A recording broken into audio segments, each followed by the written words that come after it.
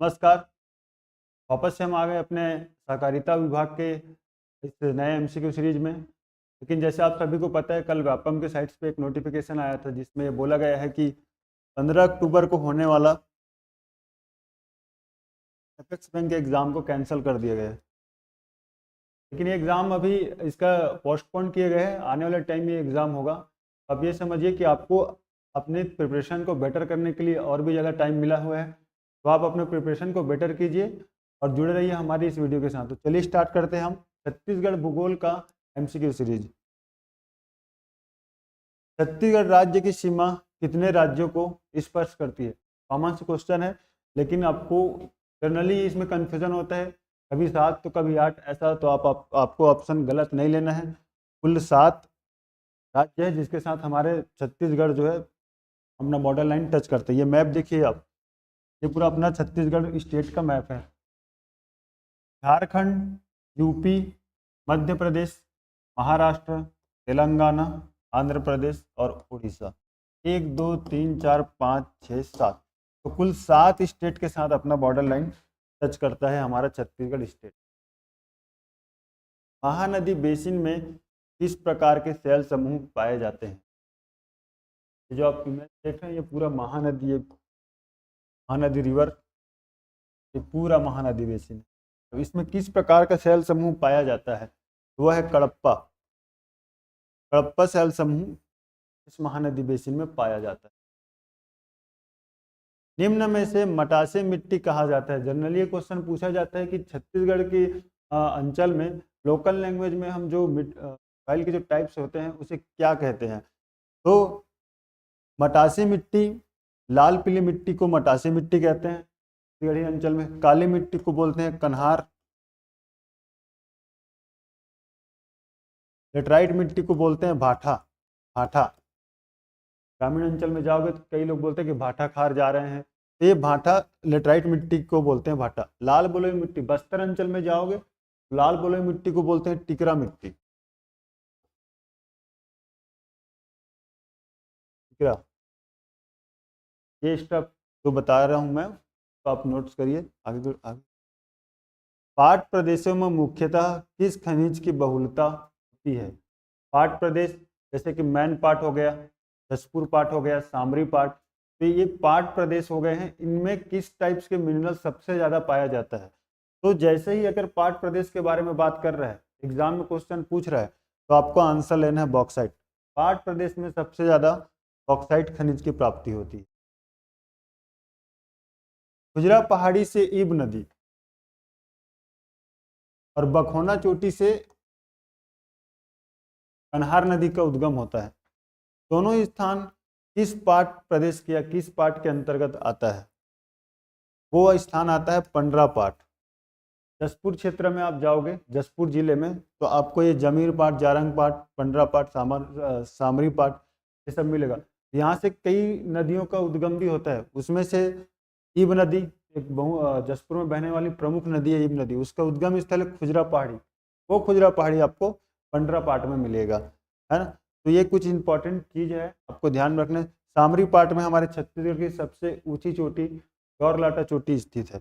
Comment करके बताइए सामरी पाट का गौरलाटा चोटी का ऊंचाई कितना है? महानदी अपोहा तंत्र व गंगा नदी अपोहा तंत्र के मध्य जल विभाजक का कार्य करता है। केशकल घाटी, चिल्पी घाटी, दलदोआ घाटी या पूर्वी बघेल खंड का पठार? आंसर है पूर्वी बघेल खंड का पठार। वहीं पे इंद्रावती नदी और महानदी के बीच में जल विभाजक का कार्य करता है केशकाल घाटी, है ना। और महानदी अपोहा तंत्र और गंगा नदी अपोहा तंत्र के बीच में जल विभाजक का कार्य करेगा पूर्वी बघेलखंड का पठार। छाता पहाड़ किस जिले में है? छाता पहाड़ का नाम आपने सुना ही होगा। छत्तीसगढ़ में जो सतनामी समाज है उनका आस्था का केंद्र है छाता पहाड़। सतनामी समाज के प्रमुख संत गुरु घासीदास जी को इसी छाता पहाड़ पे ज्ञान की प्राप्ति हुई थी, ऐसा कहते हैं। तो छाता पहाड़ आपको मिलेगा बलौदा बाजार में। आडमसिल्ली जलाशय किस नदी पर है?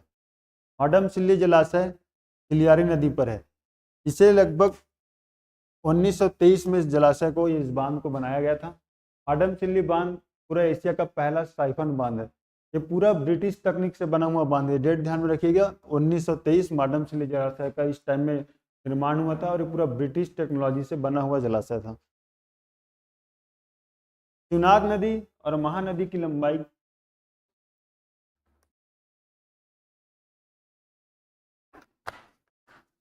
नदियों की लंबाई पूछे जाते हैं एग्जाम में। शिवनाथ नदी महानदी की लंबाई कितनी है? शिवनाथ नदी की लंबाई है, कुल लंबाई की बात कर रहे हैं ना, छत्तीसगढ़ में नहीं, कुल लंबाई है 290 किलोमीटर शिवनाथ का, और महानदी का कुल लंबाई है 858 किलोमीटर।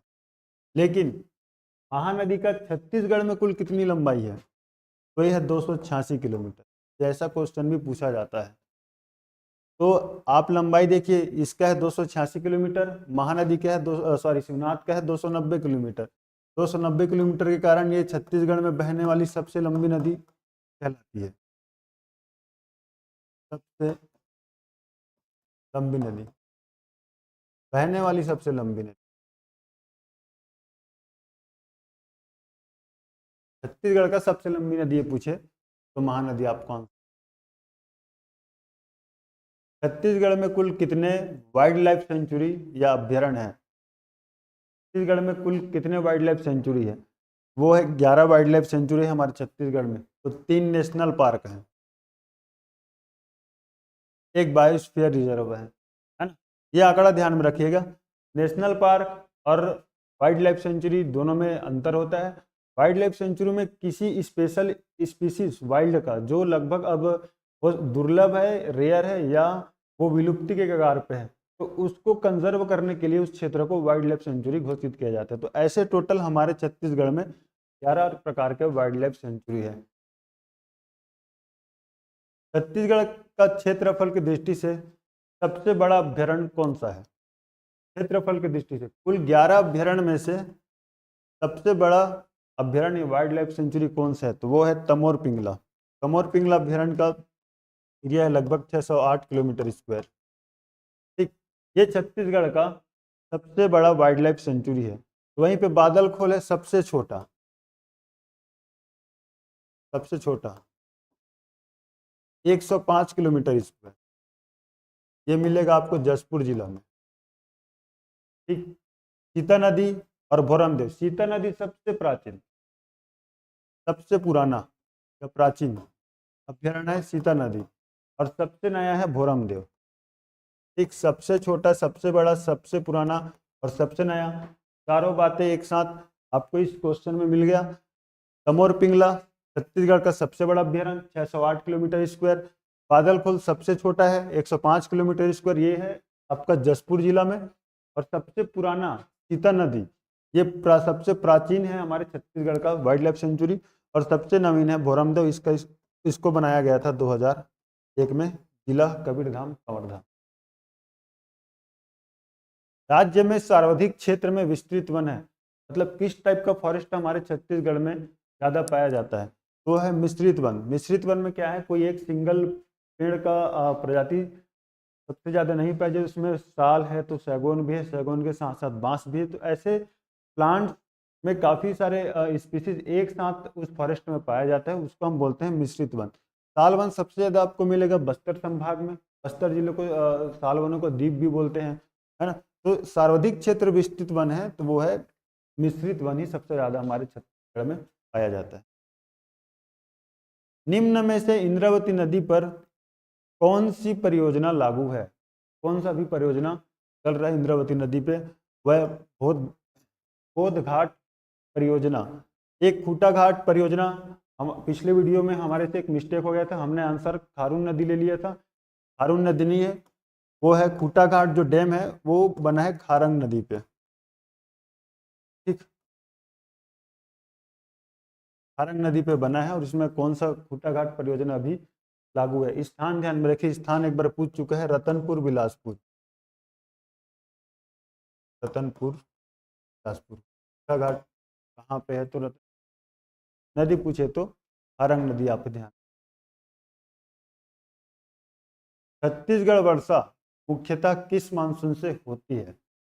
छत्तीसगढ़ में जो वर्षा होती है वो दक्षिण पश्चिम मानसून से होती है। लगभग 90% जो वर्षा होती है हमारे छत्तीसगढ़ प्रदेश में वे दक्षिण पश्चिम मानसून से होता है।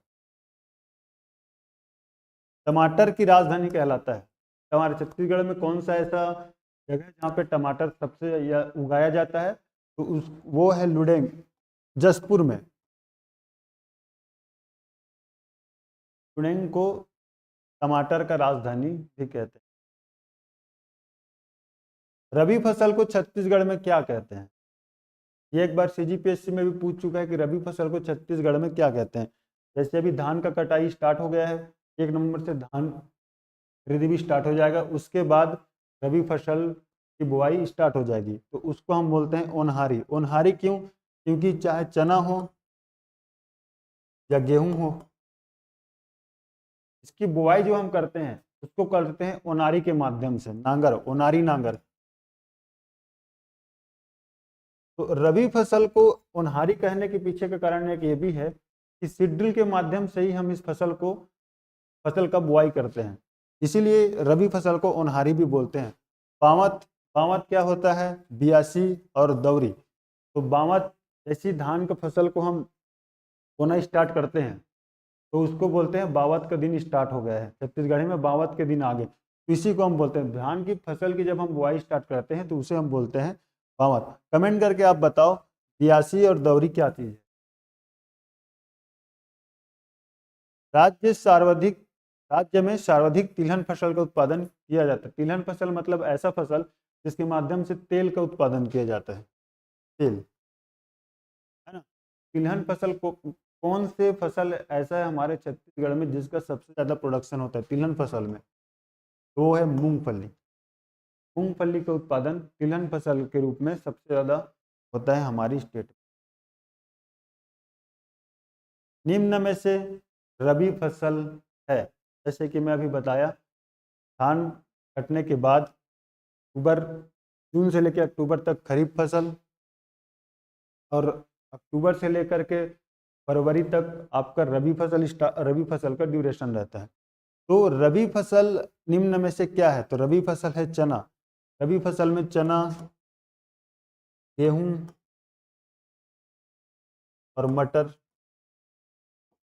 ये सब फसल जो है रबी फसल के अंतर्गत में थे। धान के अंतर्गत में धान हो गया, मक्का हो गया, सोयाबीन, ये सब खरीफ फसल है ना। खीरा, ककड़ी, ये है आपका जायद फसल, जायद जायद फसल।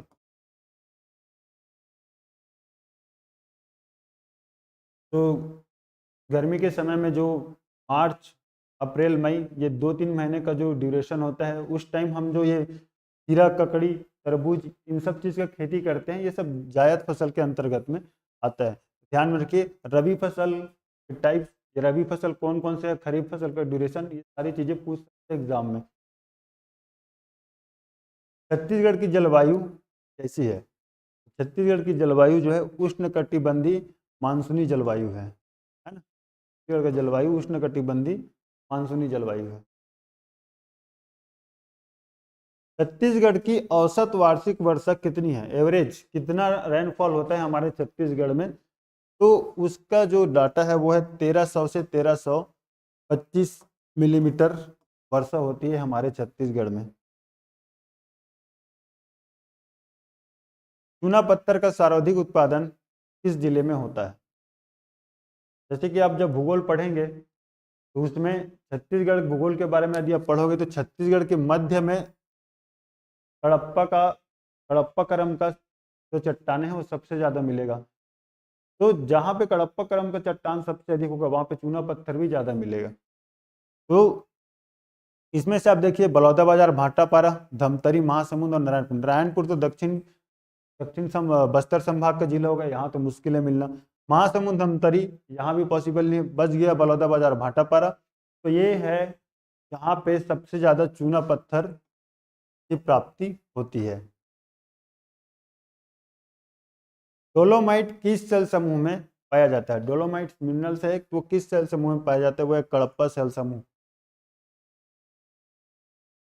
रावघाट खनिज क्षेत्र प्रसिद्ध है।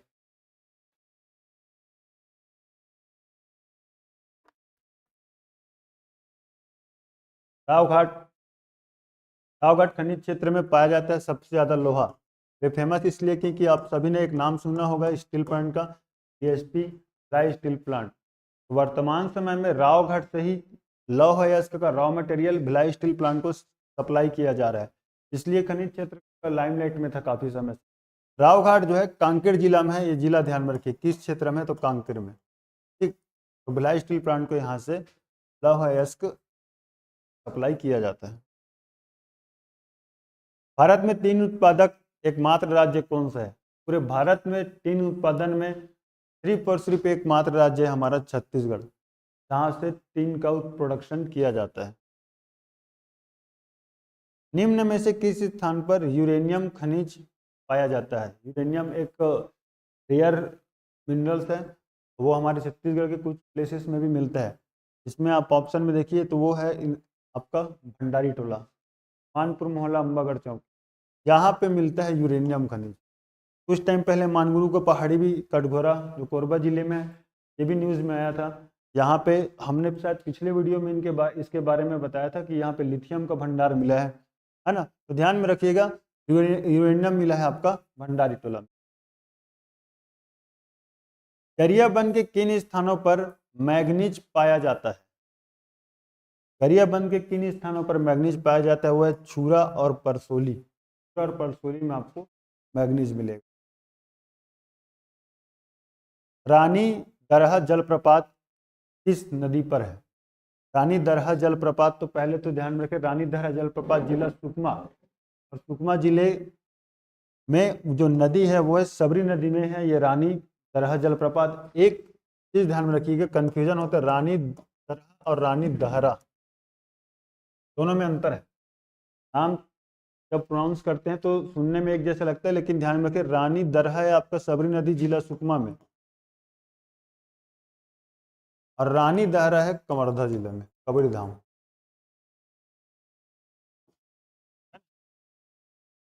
ये कुछ एक्स्ट्रा जो फैक्ट्स बताते जा रहा हूँ उसको ध्यान में रखना। रामझना जलप्रपात किस जिले में है? ये एक बार एक क्वेश्चन पूछ भी चुका है। रामझना जलप्रपात है रायगढ़ जिले में, रायगढ़ जिले में है, और राम वनगमन पथ के अंतर्गत इसको डेवलप भी किया जा रहा है।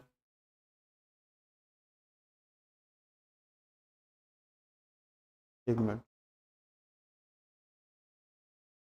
वन क्षेत्रफल के अनुसार छत्तीसगढ़ देश का कितने क्रम का राज्य है?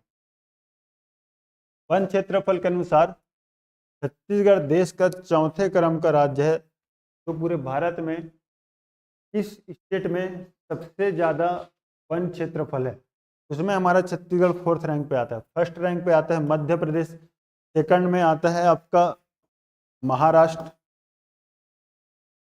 और थर्ड में है ओडिशा। ठीक, और फोर्थ में हमारा छत्तीसगढ़।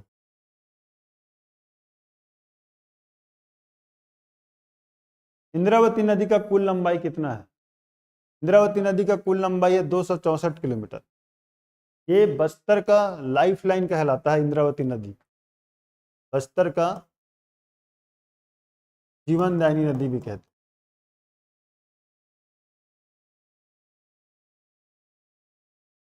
जीवनदायिनी नदी तो इंद्रावती नदी। नवीन जिला खैरागढ़ में प्रवाहित होने वाले 3 नदियों के नाम बताइए। अभी नया जिला बना है, नया जिले से डेफिनेटली क्वेश्चन पूछा जाएगा। तो नए जिले से यदि किसी भी टाइप का क्वेश्चन ऐड करते हैं, किसी भी टाइप का क्वेश्चन आप कहीं भी पढ़ते हैं, तो उसका डाटा आपको ध्यान में रखना है। ये जो खैरागढ़ में बहने वाले 3 प्रमुख नदी हैं, मुस्का, आमनेर और ये पिपरिया, निपरिया हो गया, मुस्का, आमनेर और पिपरिया, ये 3 प्रमुख नदी हैं जो खैरागढ़ में बहती है, और तीनों नदियों के बीच में आपका खैरागढ़ शहर स्थित। सरगुजा जिले की जीवनदायिनी नदी कहलाती है? सरगुजा जिले की जीवनदायिनी नदी है रिहंद नदी, है ना, सरगुजा जिले में बहने वाली प्रमुख नदी है। छत्तीसगढ़ राज्य की उत्तर से दक्षिण तक अधिकतम लंबाई कितनी है?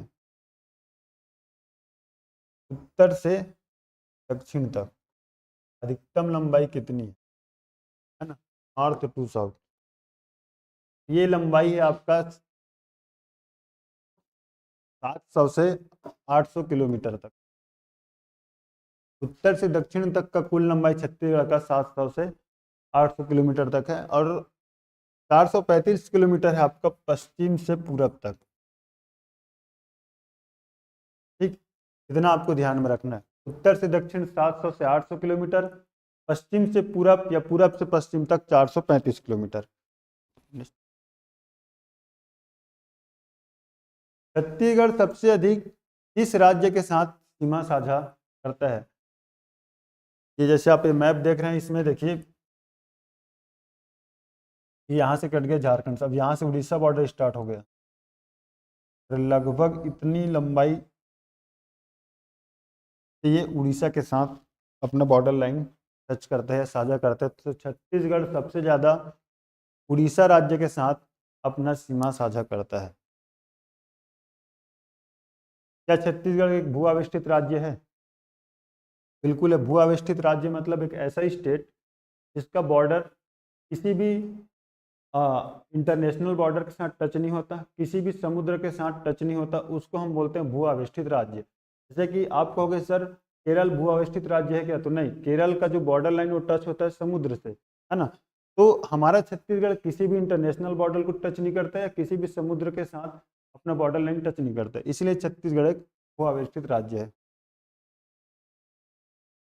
दंडकारण्य का पठार छत्तीसगढ़ के किस संभाग में फैला हुआ है? दंडकारण्य का पठार जो है छत्तीसगढ़ के बस्तर संभाग में फैला हुआ है। कोटरी नदी का प्राचीन नाम, नदियों के प्राचीन नाम से क्वेश्चन अक्सर बनता है। कोटरी नदी का प्राचीन नाम है परलकोट नदी, वहीं पे इंद्रावती नदी को बोलते हैं मंदाकिनी। ये सब प्राचीन नाम है नदियों के।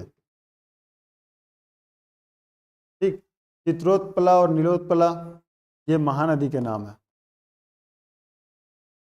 कमेंट करके बताइए चित्रोत्पला और नीलोत्पला कौन से पुराण से, ये किस पुराण में इस महानदी को चित्रोत्पला और नीलोत्पला आ गया है?